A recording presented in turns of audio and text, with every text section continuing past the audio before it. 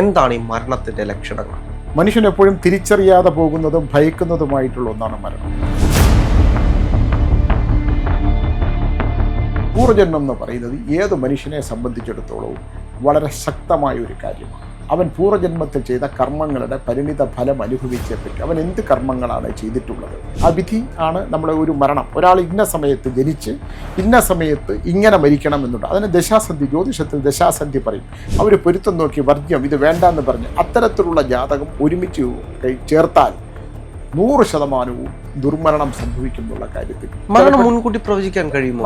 തീർച്ചയായിട്ടും പറയല്ലോ.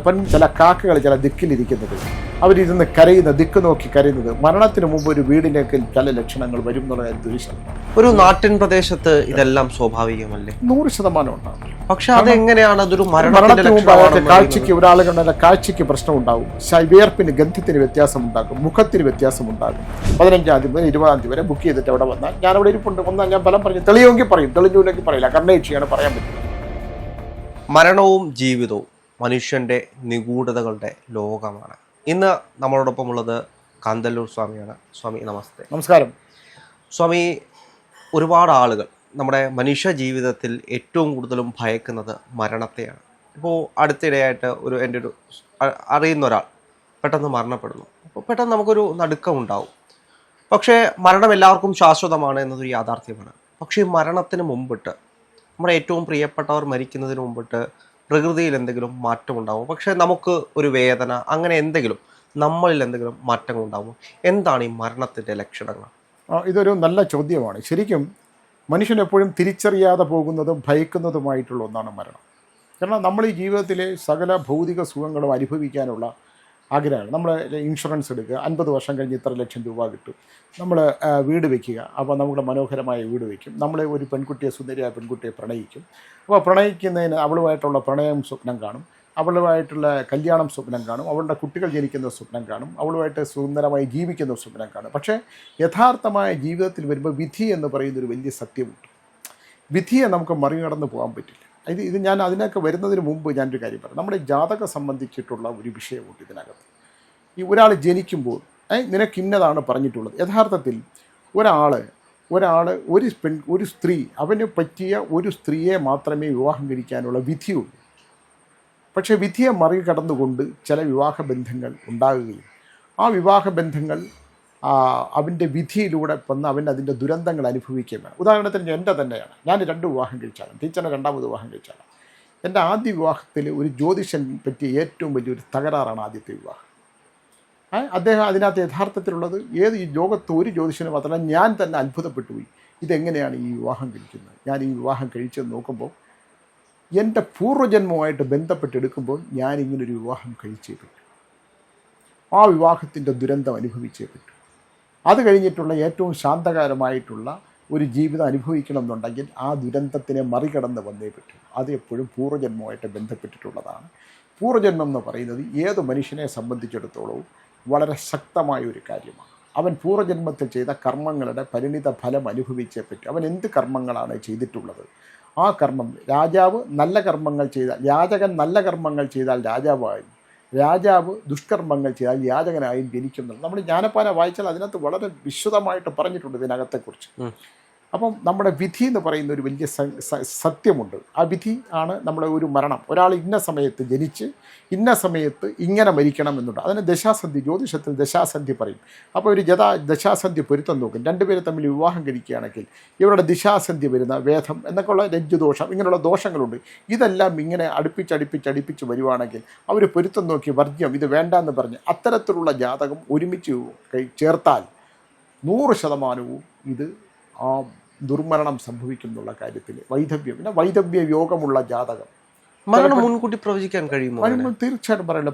മരണം എന്ന് പറയുന്നത് ആ സത്യം മുൻകൂട്ടി പ്രവചിക്കാൻ മരണത്തിന് മുമ്പ് ഉണ്ടാകുന്ന, ഇപ്പം ചില പക്ഷികൾ, ചില അണ്ണാന്മാരുണ്ടല്ലോ, അവർ പിന്നെ ചെമ്പോത്ത്, ഉപ്പൻ എന്ന് പറയുന്ന സാധനങ്ങൾ മരണത്തിന് മുമ്പ് ഇത് തറയിൽ കൂടെ ഇങ്ങനെ തള്ളിക്കളിക്കുന്ന കാരണം ഈ ചില കക്ഷികൾ, ചില കാക്കകൾ ചില ദിക്കിലിരിക്കുന്നത്, അവരിരുന്ന് കരയുന്ന, ദിക്ക് നോക്കി കരയുന്നത്, മരണത്തിന് മുമ്പ് ഒരു വീടിലേക്ക് ചില ലക്ഷണങ്ങൾ വരും എന്നുള്ള കാര്യം 100%. ഒരു നാട്ടിൻ പ്രദേശത്ത് ഇതെല്ലാം സ്വാഭാവികമല്ലേ? 100% ഉണ്ടാവില്ല. പക്ഷെ അതെങ്ങനെയാണ് അതൊരു മരണത്തിന്റെ മരണത്തിന് മുമ്പ് അയാൾക്ക് ലക്ഷണമാണെന്ന് കാഴ്ചയ്ക്ക് ഒരാളുകളുടെ കാഴ്ചയ്ക്ക് പ്രശ്നം ഉണ്ടാകും, വിയർപ്പിന് ഗന്ധത്തിന് വ്യത്യാസമുണ്ടാകും, മുഖത്തിന് വ്യത്യാസമുണ്ടാകും, മരണലക്ഷണങ്ങൾ ഒരാളിൽ ഉണ്ടാകും എന്നുള്ള കാര്യത്തിൽ നമ്മൾ ചിലർ വരുമ്പോൾ എൻ്റെ അടുത്ത് ഒരാൾ വന്നു. ഞാനിവിടെ മുറിപ്പാലത്തറി മാടൻ തമ്പുരാ ക്ഷേത്രത്തിൽ ഫലം പറഞ്ഞുകൊണ്ടിരിക്കുക. ഫലം പറഞ്ഞുകൊണ്ടിരുന്നപ്പോൾ ഞാൻ അദ്ദേഹത്തിനോട് ചോദിച്ചു, നിങ്ങൾ വാഹനം ഇത് നമ്മുടെ അബാക്കിൽ പറഞ്ഞിട്ടുണ്ടോ എന്ന് എനിക്കറിഞ്ഞൂടാ, താങ്കൾക്ക് വാഹനം സംബന്ധിച്ചൊരു വിഷയമുണ്ടാകും. ഇല്ല സ്വാമി, ഞാൻ ഇന്നലെ ഒരു വാഹനം എടുത്തതേ ഉള്ളൂ.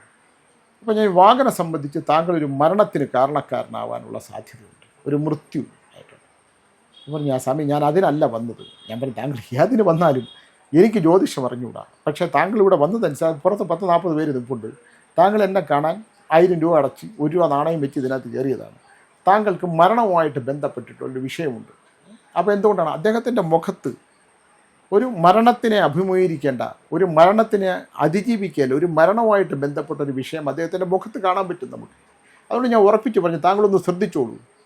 ശ്രദ്ധിച്ചില്ലെങ്കിൽ താങ്കൾക്കൊരു മൃത്യു ആയിട്ട് ബന്ധപ്പെട്ട് നമുക്കോ നമ്മളാലോ നമ്മളുമായിട്ട് ബന്ധപ്പെട്ട ഒരാൾക്ക് ഒരു മൃത്യു ഉണ്ടാകാനുള്ള സാധ്യത വളരെ കൂടുതലാണ് എന്ന് പറഞ്ഞു. അപ്പോൾ പുള്ളി ഞാൻ അദ്ദേഹത്തിൻ്റെ പേര് പറയാനോ ഇല്ലെങ്കിൽ അദ്ദേഹത്തിൻ്റെ ഔദ്യോഗികമായിട്ടുള്ള ജോലിയുടെ കാര്യം പറയാനോ ആഗ്രഹിക്കുന്നില്ല. പുള്ളി വീണ്ടും പുള്ളി എന്നോട് പറയുകയാണ്, സ്വാമി ഞാൻ അതിനല്ല വന്നത്, എൻ്റെ മകളുടെ ഒരു കാര്യം. ഞാൻ പറഞ്ഞു, മകൾ അവിടെ നിൽക്കട്ടെ, ഞാൻ താങ്കളുടെ വിഷയമാണ് സംസാരിക്കുന്നത്. താങ്കൾക്ക് സംഭവിക്കാൻ പോകുന്ന ഒരു കാര്യത്തെക്കുറിച്ചാണ് സംസാരിക്കുന്നത്. താങ്കളുടെ ജീവിതം വഴിമുട്ടുന്ന ഒരു വലിയ വിഷയം ഉണ്ടാകാൻ പോവുകയാണ്. അപ്പോൾ പുള്ളി ആകെ അസ്വസ്ഥനായി, വന്നത് അബദ്ധമായിട്ടെന്നുള്ളത് തോന്നി. ഇതുപോലുള്ള ഒരുപാട് കാര്യങ്ങളുണ്ട്. ഇപ്പം ഞാനിയല്ല, എനിക്ക് ജ്യോതിഷം അറിഞ്ഞുകൂടാ, പക്ഷേ ലക്ഷണശാസ്ത്ര പ്രകാരം എൻ്റെ മുമ്പിൽ വരുന്ന ഒരാളുടെ ഫലം പറയും. ഞാനവിടെ ഇന്ന ദിവസം മുതൽ, ഇപ്പോൾ ഈ മാസമാണെങ്കിൽ 15-ാം തീയതി മുതൽ 20-ാം തീയതി വരെ ബുക്ക് ചെയ്തിട്ട് അവിടെ വന്നാൽ ഞാനവിടെ ഇരിപ്പുണ്ട്. വന്നാൽ ഞാൻ ഫലം പറഞ്ഞു, തെളിയുമെങ്കിൽ പറയും, തെളിഞ്ഞില്ലെങ്കിൽ പറയില്ല. കണ്ണേക്ഷിയാണ്, പറയാൻ പറ്റില്ല. അദ്ദേഹത്തിന് 3 ദിവസം കഴിയുന്ന, ഞാൻ ദിവസം പറയുന്നില്ല, ദിവസം ഒന്ന് മാറ്റി പറയുകയാണ്. അദ്ദേഹം ഒരിടത്ത് വണ്ടി നിർത്തിയിട്ട് മെഡിക്കൽ സ്റ്റോറിലേക്ക് ക്രോസ് ചെയ്യാനായിട്ട് ഡോറ് തുറക്കുമ്പോൾ പുറകിൽ വന്നൊരു ബൈക്ക് വന്നൊരു ഒറ്റ ഇടിയാണ് ഈ കാറിൻ്റെ ഡോറിൽ. ആ സ്പോട്ടിൽ ആ പയ്യൻ മരിച്ചു. നോക്കുമ്പോൾ കാറിൻ്റെ ഇൻഷുറൻസ് തീർന്നു. ഇന്നും ആ കേസ് നടക്കുക. എന്താണ്, ഇൻഷുറൻസ് തലേദിവസം തീർന്നു കാറിൻ്റെ, ഇതറിയുന്നില്ല. അപ്പം ഒരു മരണത്തിന് കാരണക്കാരനാകുകയോ ഒരു മരണം കൊണ്ട് ആത്മീയ സംഘർഷം അനുഭവിക്കേണ്ടയോ ആത്മസംഘർഷം അനുഭവിക്കേണ്ടി വരുന്ന ഒരു യോഗം ഒരാളുടെ മുഖത്ത് കാണാം. അങ്ങനെയാണെങ്കിൽ ഇതെല്ലാം മുൻകൂട്ടി നിശ്ചയിച്ചതല്ലേ? മുൻകൂട്ടി നിശ്ചയിച്ചതാണ്. പക്ഷേ നമ്മളെപ്പോലുള്ള ആൾക്കാർ ഇപ്പോൾ എൻ്റെ ചില കാര്യങ്ങൾ തന്നെ ഞാൻ ടീച്ചറോട് പറയും, ടീച്ചറെ ഞാനിപ്പോൾ കാന്തല്ലൂർ ആശ്രമത്തിൽ ഒരു ന്യൂസ് ചാനലിൽ കയറി പ്രശ്നം ഉണ്ടാക്കുന്ന സമയത്ത് ഞാൻ ടീച്ചറിനോട് കൂടെ പറയുകയാണ്, എൻ്റെ ആശ്രമത്തിൽ എന്തോ സംഭവിക്കാൻ പോവാണ്, നമുക്ക് അവിടം വരെ പോകാം. അവിടെ എന്തോ സംഭവിക്കാൻ പോവുകയാണ്. 4-5 വർഷം മുമ്പാണ് സംഭവിക്കാൻ പോവുകയാണ്. അവിടെ ആരോ അതിക്രമിച്ച് കയറാൻ പോവുകയാണ്. നമുക്ക് അപമാനവും അപഖ്യാതി ഉണ്ടാകുന്ന ഒരു കാലമാണ്. ഇത് സംഭവിക്കാൻ പോവുകയാണ്. ഇത് പറയാൻ പറ്റില്ല. അപ്പോൾ ഞാൻ എൻ്റെ ഒരു വീട്ടിലിങ്ങനെ കാക്കയെ വയ്ക്കൂ, കണ്ടിട്ടില്ലേ? കാക്കയെ വയ്ക്കില്ല. കാക്ക എന്ന് പറയുന്നത് ബലികർമ്മങ്ങൾ, പിതൃക്കളുമായിട്ട് ബന്ധപ്പെട്ടുള്ള വലിയ ധൂമാവതി എന്ന് പറയുന്നൊരു ദേവിയുടെ സാന്നിധ്യമാണ്. മൃത്യു എന്ന് പറയുന്നത് മാത്രമാണ് ശാശ്വതമായ സത്യമുള്ളത്. അത് സംഭവിക്കുമെന്ന് നമുക്ക് ഉറപ്പിച്ച് പറയാൻ പറ്റുന്ന അത് മാത്രമാണ്. നമുക്ക് മരണത്തെ ഭയക്കേണ്ട ആവശ്യമില്ല, അത് കൃത്യമായി സംഭവിക്കുക തന്നെ ചെയ്യും. ഒരു മരുന്നിനും മരുന്നിന് നമുക്ക് ഡോക്ടർക്ക് മരുന്ന് തരുന്ന ഡോക്ടർക്ക് മൃത്യുവില്ലേ? ഉണ്ട്. ഫലം പറയുന്ന വരെ മഹാദേവജ്ഞന്മാർക്ക് മൃത്യുവില്ലേ? ഉണ്ട്. ഇപ്പോൾ ഫലം പറയുന്നത് നമ്മളും പോകുന്ന ഓരോ ദിവസവും നമ്മൾ പോകുന്ന മൃത്യുവിലേക്ക് തന്നെയാണ്. മരണത്തെ ഭയപ്പാടോടുകൂടി കാണുകയല്ല വേണ്ടത്. നമ്മൾ ജീവിച്ചിരിക്കുമ്പോൾ മരണത്തിൽ ദുരിതമനുഭവിക്കാതിരിക്കാനായിട്ട് സത്കർമ്മങ്ങൾ ചെയ്യുക എന്നുള്ളതാണ്. പണം പലിശയ്ക്ക് കൊടുക്കുന്നവൻ, കണ്ടവൻ്റെ സ്വത്ത് അപഹരിക്കുന്നവൻ, കള്ള ഉപ്പിട്ട് വെള്ളവൻ്റെ എടുക്കുന്നവൻ, ഈ ദുഷ്കർമ്മങ്ങൾ ചെയ്യുന്നത്, മറ്റുള്ളവരെക്കുറിച്ച് അപഖ്യാതി പറയുന്നവർ, അപഖ്യാതി പടർത്തുന്നവർ, ഇതുവർക്കെല്ലാം തന്നെ ജീവിതത്തിൻ്റെ അവസാന കാലം നമ്മൾ ഗരുഡപുരാണം വായിച്ചാൽ ഗരുഡപുരാണത്തിൽ വളരെ വ്യക്തമായിട്ട് മരണത്തിനുള്ള ദിവസങ്ങളിൽ അവൻ്റെ മുഖത്ത് വരുന്ന മാറ്റത്തെക്കുറിച്ചും മുഖത്തുണ്ടാകുന്ന മാറ്റത്തെക്കുറിച്ച്, കഫം കിട്ടുന്ന ചില സ്വഭാവങ്ങളൊക്കെ ഉണ്ട്, കഫത്തിനെ കുറിച്ച് പറയുന്നുണ്ട്, മുഖത്തിനുള്ള വിയർപ്പിൻ്റെ ഗന്ധത്തെക്കുറിച്ച് പറയുന്നുണ്ട്, ചില പക്ഷികളുടെ സാന്നിധ്യത്തെക്കുറിച്ച് പറയുന്നുണ്ട്. വീട്ടിലുള്ള ചില പക്ഷികളുടെ സാന്നിധ്യം, അണ്ണാന്മാരുടെ ചില ഉറച്ചുള്ള നിലവിളികളൊക്കെ ചില ഭയങ്കരമായിട്ട് നിലവിളിക്കുന്നത് കേൾക്കാറുണ്ട്. കാരണം കാലൻ്റെ വരവ് കാണുന്നതാണ്. അവൻ കൊണ്ടുപോകുന്ന ശാന്തസ്വരൂപമായി കിടക്കുന്ന ഈ കാലം യമൻ വരുന്നതും വന്ന് ശാന്തമായിട്ട് കൊണ്ടുപോകുന്നതും നല്ല കർമ്മങ്ങൾ ചെയ്യുന്നവരെ കൊണ്ടുപോകുന്നതും ബീവത്സമായിട്ടുള്ള യമദേവന്മാർ വന്ന് കൊണ്ടുപോകുന്നത് തമ്മിൽ വ്യത്യാസമുണ്ട്. അവരെ കൊണ്ടുപോകുന്ന വഴികളുണ്ട്. ഇതെല്ലാം നമ്മളെ മുമ്പിൽ ഉള്ള ഒരു കാരണമാണ് നമ്മുടെ മുമ്പിൽ. അതുകൊണ്ട് ഈ തെറ്റ് ചെയ്യുന്നവർ, ഇപ്പം നമുക്കൊരാളുടെ പണം മോഷ്ടിക്കാം, ഒരാളെ വഞ്ചിക്കാം, ചതിക്കാം, പറ്റിക്കാം, ഇത്തരമുള്ള എല്ലാ കാര്യങ്ങളും ചെയ്യാം. നമ്മൾ വന്നിരുന്ന ഈ വേദാന്തം പറയുന്നവർ ഇതെല്ലാം പറഞ്ഞിട്ട് ആൾക്കാർക്ക് അത് മാറ്റം വരും? ഇല്ല. ഒരു മാറ്റം ഉണ്ടാവില്ല. അപ്പം മൃത്യു എന്ന് പറയുന്നതിനകത്ത് ജീവിതത്തിൻ്റെ ശൈശവം, ബാല്യം, കൗമാരം, യൗവനം, വാർദ്ധക്യം, മരണം. നമ്മൾ പോകുന്നത് ശൈശവത്തിൽ നിന്ന്, ഞാനത് എഴുതിയിട്ടുണ്ട്, ശൈശവത്തിൽ മുലപ്പാലിനെ സ്നേഹിക്കും, ബാല്യത്തിൽ കളിപ്പാട്ടങ്ങളെ സ്നേഹിക്കും, ശൈശവം, ബാല്യം, കൗമാരത്തിൽ സ്വപ്നങ്ങൾ, യൗവനത്തിൽ എന്താണ് രതി, വാർദ്ധക്യം, മരണചിന്ത.